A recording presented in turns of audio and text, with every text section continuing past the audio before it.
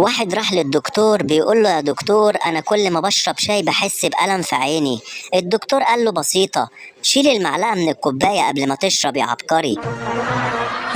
سلام عليكم يا احلى ناس، انا نكتة تي في، ودي قناتكم. هنا هتفطس من الضحك، كل يوم نكت جديدة، مواقف كوميدية، حاجات تفصلك عن اي هم او نكد. لو اول مرة تشوفنا يبقى لازم تشترك في القناة فورا وتفعل الجرس علشان يوصلك الضحك اول باول، وتعمل لايك للفيديو ده لو ضحكت او حتى ابتسمت. كلنا محتاجين ضحكة، وانا هنا علشان اضحكك، فمستنيك في الكومنتات تقولي ايه اكتر نوع نكت بتحبه، ومين عايز يسمع نكتة جامدة في الفيديو الجاي. يلا نضحك ونخلي الضحك عادة.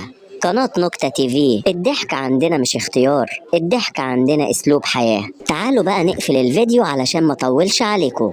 واحد بيقول لصاحبه: انت ليه بتتكلم مع نفسك؟ صاحبه قال له: عشان بحب اتكلم مع حد بيفهمني.